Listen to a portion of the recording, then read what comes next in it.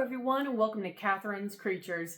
This is a series where I get to talk a little bit about and touch base upon various mythological beasts, beings, and the like pulled from lore worldwide.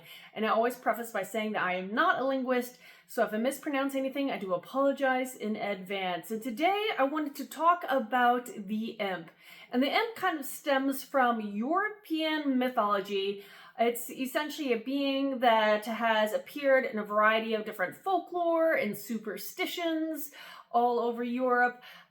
Traditionally, it's typically thought of being some kind of mischievous or troublesome entity that is, well, rather mischievous and troublesome rather than actually dangerous or threatening. So it's a lesser of two evils. It's more of an annoyance than anything else.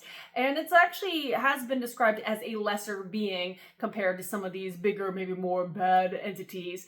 For instance, in certain folklore myths, the imp is thought of as being an attendant to the devil or attendants to devils. And they've been, again, described as these imps, these smaller in stature entities. They're usually viewed as being very lively and animated kind of creatures. Now, the actual name imp comes from an Old English word, impa. And impa was originally a word for a young shoot or a sign of a plant or a tree.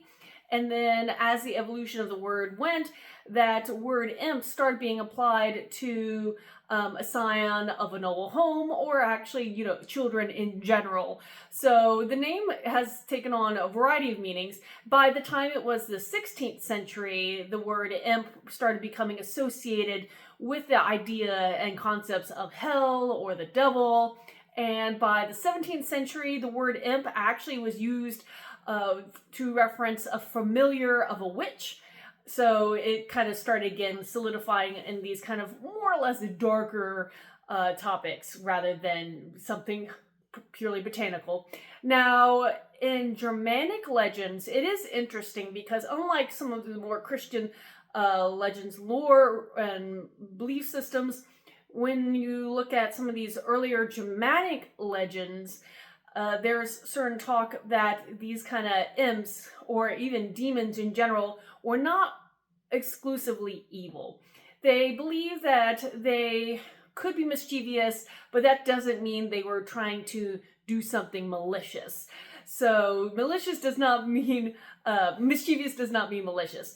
And I thought that was interesting. There also is lore where, again, these concepts of demons and imps are actually attendants to various gods of certain belief systems. Now, there is, by the time of the 14th century, a legend coming from Lincolnshire. And in this particular legend, there's a story where the devil approaches this particular cathedral and is very peeved and brings with him two different imps. And together, the three of them wreak havoc on the cathedral for a little while. And again, goes back to the concept of imps being very animated and mischievous, not necessarily trying to do something to harm, but spook to, again, play pranks and tricks. That was totally fine. Imps, again, being smaller in stature. I repeat this because this has been, all my research all kind of says small in stature, not necessarily attractive looking, but there's not any super specific descriptions beyond just the idea that they're these kind of petite beings, these individual kind of humanoid entities. Now, imps have been, at certain times, the way they've been described is very similar to fairies in old school fairy lore. The idea that they are uncontrollable, especially in their behavior, that they are these kind of free spirits that enjoy all things fun and just want to do what they want to do and play pranks and tricksters. But only later, much later, did the idea of the imp become something that became malicious itself. So the early imps were not thought that way.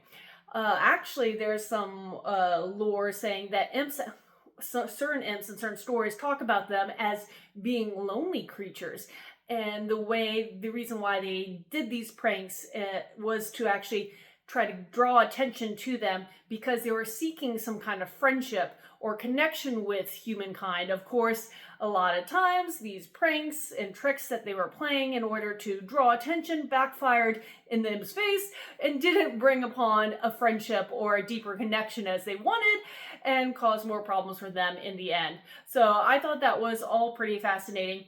There was also some lore also implying that Imps may be bound to certain objects, and a couple examples I read were a sword, a crystal ball, but how they're attached to a physical object, and that kind of has that linking between them and that whatever that is, the object is.